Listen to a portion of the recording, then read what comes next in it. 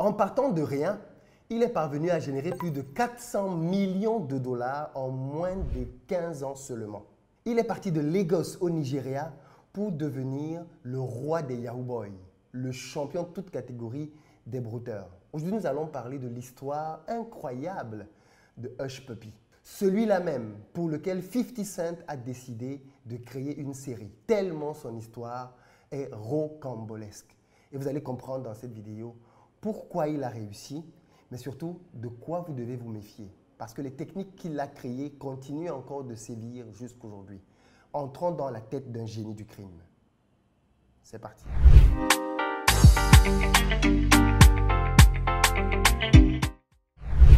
Salut à toi, bienvenue sur ma chaîne. Moi, c'est Philippe Simo. Ici, je te parle de business, de mindset, de gestion des finances parce que c'est grâce à tout ça qu'on va développer notre communauté. Donc, si toi aussi, tu veux améliorer tes revenus, tu es au très bon endroit. Je t'invite à t'abonner et à activer la cloche des notifications, mais surtout à partager les vidéos massivement pour que la communauté ne cesse de grandir.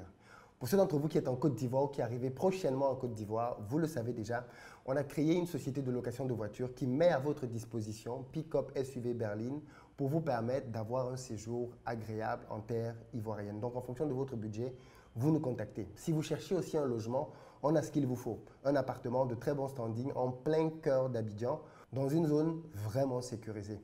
Pour réserver, vous avez le numéro, mais aussi dans la barre de description, le lien pour voir les disponibilités et directement le faire en ligne. Et enfin, si vous voulez investir votre argent, contactez-nous au numéro qui s'affiche pour qu'on puisse vous mettre à disposition des maisons qu'on construit pour vous-même, pour votre famille au pays ou alors simplement pour en faire un investissement qui va vous rapporter de l'argent toutes les fins de mois. L'histoire commence en 1982 à Lagos, lieu de naissance de Hush Puppy. De son vrai nom, Ramon Olorunwa Abbas. Il naît dans une famille modeste africaine avec un père chauffeur et une maman qui vendait du pain traditionnel dans les marchés. Une famille africaine plutôt classique, dirait-on. Quelques années plus tard, il décide d'arrêter ses études pour se consacrer au commerce. Il a la fibre commerciale et donc il décide de se lancer dans la vente de vêtements et plus particulièrement de t-shirts. Il vend des t-shirts. Et parallèlement à sa vente de t-shirts, il passe ses soirées dans des cybercafés pour essayer de comprendre un peu comment Internet fonctionne. Et c'est là qu'il découvre les premières arnaques sur Internet, alors même qu'il est encore vendeur de t-shirts. Il se rend compte que quand il voit les possibilités qu'il peut obtenir avec les arnaques sur Internet, en réalité, son boulot de vendeur ne lui apporte pas grand-chose. Il aspire à beaucoup plus dans la vie. Du coup, son temps passé au cyber devient un temps pendant lequel il assimile les premières arnaques qu'il va lui-même commencer à appliquer. En réalité, aujourd'hui, on admet que dans le monde des cyber-arnaques, le Nigeria est le fief duquel sont nées les arnaques d'ingénierie sociale. Vous les connaissez certainement. Ce sont ces arnaques dans lesquelles vous recevez un mail de quelqu'un qui vous dit, par exemple, qu'il vient de recevoir un héritage. Il est d'une famille dans laquelle on vient de découvrir un héritage et en réalité, il a besoin d'un peu d'argent pour faire un voyage, pour aller simplement récupérer cet argent-là. Donc, si vous lui payez l'argent pour faire ce trajet-là, il va vous rembourser bien évidemment en vous donnant une partie de sa fortune. Et ce type d'arnaque-là, vous avez déjà certainement reçu des mails dans ce sens. On a aussi de l'ingénierie sociale en termes amoureux. Quelqu'un qui est en Afrique généralement écrit à quelqu'un qui est en Europe en lui faisant croire qu'il l'aime à la folie, qu'il a besoin de le rejoindre. Et donc, il faut que cette personne-là puisse lui envoyer de l'argent pour acheter, par exemple, un billet d'avion. Ce sont là des arnaques que l'on connaît généralement. En revanche, ce que l'on ne savait pas, c'est que c'est le Nigeria qui est le fief de la création de ces systèmes-là. Et c'est à partir du Nigeria qu'ils se sont déployés par ailleurs sur le continent. Hush Puppy va donc démarrer par l'ingénierie sociale. Mais très rapidement, il va aspirer à plus. Et dans ses recherches sur Internet, il va se rendre compte qu'il y a une communauté nigériane en Malaisie dans laquelle il y a énormément d'expertise en termes de broutage. Qu'est-ce qu'il va donc faire? Prendre un billet d'avion et aller s'installer en Malaisie. Il vient donc en Malaisie, retrouve ses copains nigérians et de là, il se forme et devient rapidement un expert qui commence à comprendre comment le business fonctionne et à engranger de plus en plus d'argent. Mais au bout d'un certain temps, il se rend compte que le secteur des particuliers n'est plus très rentable. Franchement, demander aux gens de t'envoyer de l'argent, c'est parfois compliqué parce qu'il faut passer par sa banque. Et quand tu vas voir ton banquier, tu lui expliques, le banquier te dit tout de suite que c'est une arnaque. Et puis de plus en plus de médias en parlent. Donc, Hush Puppy décide d'aller dans la cour des grands, vers le BEC. Business Email Compromise. C'est là qu'il y a beaucoup d'argent. Les arnaques vis-à-vis des entreprises et non plus vis-à-vis des particuliers. Le principe est simple. Procéder d'abord à une infiltration et une observation, c'est-à-dire qu'on parvient à hacker les ordinateurs des gens qui travaillent dans une entreprise. Mais une fois qu'on a hacké les ordinateurs, principalement des gens qui sont en relation avec les finances, c'est-à-dire le comptable de l'entreprise ou alors le secrétaire, mais qu'est-ce qu'on fait? On observe jour après jour, sans rien faire, comment la personne travaille. Les opérations bancaires, combien de chèques sont payés, combien de virements sont faits, de manière totalement silencieuse. L'arnaqueur est sur ta machine, il voit tout ce que tu fais. Il peut prendre la main dessus, mais il ne fait rien du tout. Pourquoi? Parce qu'il est en train d'étudier ton comportement. Et au bout d'un certain temps, vu qu'il voit comment tu travailles, il voit combien de chèques, combien de clients l'entreprise paye par jour, les montants des virements, il lui devient facile de pouvoir simplement se faire passer pour un client et obtenir de l'entreprise ce qu'il souhaite. Par exemple, il a procédé comme ça aux États-Unis et il a gagné 950 000 $ d'un cabinet d'avocats. Comment? En entrant simplement dans la boîte mail de la personne qui est en charge de payer les fournisseurs. Peut-être que vous pouvez vous dire, mais comment il fait? Ce n'est pas si compliqué que ça. Si tu as accès à la machine de quelqu'un qui paye des fournisseurs tous les jours, plusieurs fournisseurs, on est d'accord que le comptable n'est pas là pour retenir les IBAN sur lesquels il fait les paiements, les RIB, les numéros de compte bancaire. Il n'a qu'à changer le numéro d'un compte bancaire. Il envoie un mail et par exemple, il se rend compte que le client a répondu en te disant, voilà le compte sur lequel tu dois me payer. Il change simplement ce compte et il met un compte à lui. Et voilà comment est-ce que ça passe. Et il est parvenu à se faire 950 000 $ dans une seule entreprise. Au niveau des banques, il a gagné énormément d'argent en faisant ce process. Donc, il sort de la cour des enfants dans lesquels il gagnait 1 000 €, 2 000 € de temps en temps pour aller dans des sommes beaucoup plus colossales. On pourrait se demander, mais comment il fait pour avoir les adresses mail? Deux techniques. Le phishing, c'est une technique qui est très connue, que chacun d'entre nous a déjà dû subir. On t'envoie un lien en te disant, clique sur ce lien pour initialiser ton mot de passe. Ta boîte va être en danger. Si tu ne cliques pas dessus, tu ne pourras plus accéder à Facebook, à Gmail, à ta facture de téléphonie. Moi, j'ai reçu ce genre de mail à plusieurs reprises et je pense que beaucoup ont déjà dû les recevoir. En général, la technique, elle est simple. C'est que vous cliquez dessus et que vous remplissiez vos nouvelles informations sur une page vers laquelle on va vous orienter. Nom, prénom, email, mot de passe. Une fois que vous avez donc rempli ces éléments-là, vous leur avez donné votre mot de passe et ils ont donc désormais accès à votre compte et ils peuvent opérer de là. C'est le phishing et ça marche très bien. D'ailleurs, dans une prochaine vidéo, je vous expliquerai comment nous avons été victimes nous-mêmes de cela à Paris et comment nous nous sommes retrouvés à payer un fournisseur, mais comment on est parvenu derrière à récupérer notre argent. C'est donc des techniques qui existent réellement et qui font fureur. Si on peut faire ça à de petites entreprises comme les miennes, imaginez quand on fait ça au niveau de la taille d'une grande banque, les effets que ça peut produire. L'autre moyen de le faire, c'est simplement via un botnet qui est un réseau d'ordinateurs qui ont déjà été infiltrés. C'est-à-dire qu'il y a des gens qui vous vendent des réseaux d'ordinateurs qui sont déjà infiltrés. Leur travail chaque jour, c'est d'infiltrer des ordinateurs qui ne sont pas sécurisés. On parle aujourd'hui de millions d'ordinateurs dans le monde qui ne sont pas sécurisés, qui sont dans ces réseaux-là et donc qui sont en vente. Vous payez, on vous vend le réseau et à partir de là, vous, le Yahoo Boy, vous commencez à travailler pour envoyer des mails aux gens, pour essayer d'avoir parmi ces personnes des pigeons qui vont vous donner leurs informations. Tout marche très bien pour notre Yahoo Boy, mais il a un point faible, le show-off. Il a besoin de montrer qu'il réussit financièrement. Voilà pourquoi il vient sur les réseaux et tout ce qu'il fait, il le montre. Quand il achète une montre, il la montre. Quand il achète une nouvelle chaussure, Gucci, Fendi, les grandes marques, il les montre constamment. Il va tellement dépenser d'argent dans les produits de luxe qu'en Malaisie, l'entreprise Fendi va le prendre comme ambassadeur, s'il vous plaît. Tellement il va dépenser. Mais ça ne suffit pas pour lui. Il gagne à ce moment-là 1 à 2 millions d'euros par mois. Mais notre ami est beaucoup plus ambitieux et il veut aller beaucoup plus loin. Du coup, il va décider d'aller encore plus loin dans ses stratégies et déménager complètement de la Malaisie pour aller à Dubaï, pays avec la fiscalité nulle, pays dans lequel les comptes bancaires sont sécurisés et protégés, donc pays dans lequel il peut travailler en toute discrétion. Il travaille discrètement, mais sur les réseaux sociaux, il affiche son train de vie. Le problème, c'est que quand il fait ça, il ne s'en rend pas compte, mais il attire les regards sur lui et tous les services d'intelligence, notamment le FBI, commencent à le regarder en se disant « mais c'est qui ce gars? D'où tient-il son argent ?» Parce qu'il faut bien le savoir, quand vous gagnez de l'argent dans le monde aujourd'hui, les regards sont braqués sur vous. D'où tenez-vous votre argent? Quelles activités faites-vous qui justifient cela? Parmi les personnes qu'il a volées, il y a bien évidemment énormément de citoyens américains. On parle de plus de 2 millions de personnes volées en Occident. 2 millions de personnes, s'il vous plaît. C'est plus que la population du Gabon.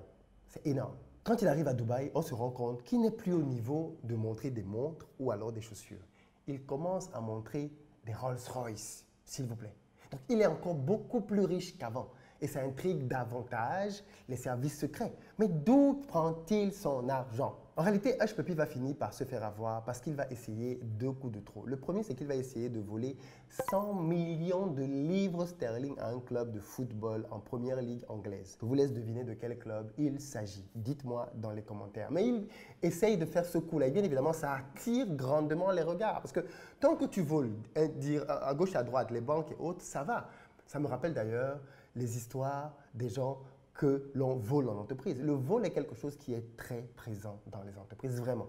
Quand on vole une entreprise ou une banque comme celle-là, vous pensez qu'elle va venir dire au public « on m'a volé de l'argent » Non, parce que ça peut faire peur à ses clients qui vont venir pour vider leurs comptes bancaires. Donc les banques digèrent en silence les vols. Elles se rabattent sur leurs assurances pour se faire rembourser. Mais fondamentalement, elles ne communiquent pas beaucoup sur l'argent qu'elles perdent. Sauf bien évidemment aux régulateurs en secret. Voilà pourquoi les BEC sont de la forme d'arnaque sur Internet la plus prolifique. Rien que l'année dernière, on était à plus de 2 milliards de dollars volés grâce à ce système. Et le roi du game s'appelait Hush Puppy, un Nigérian, Yahoo Boy.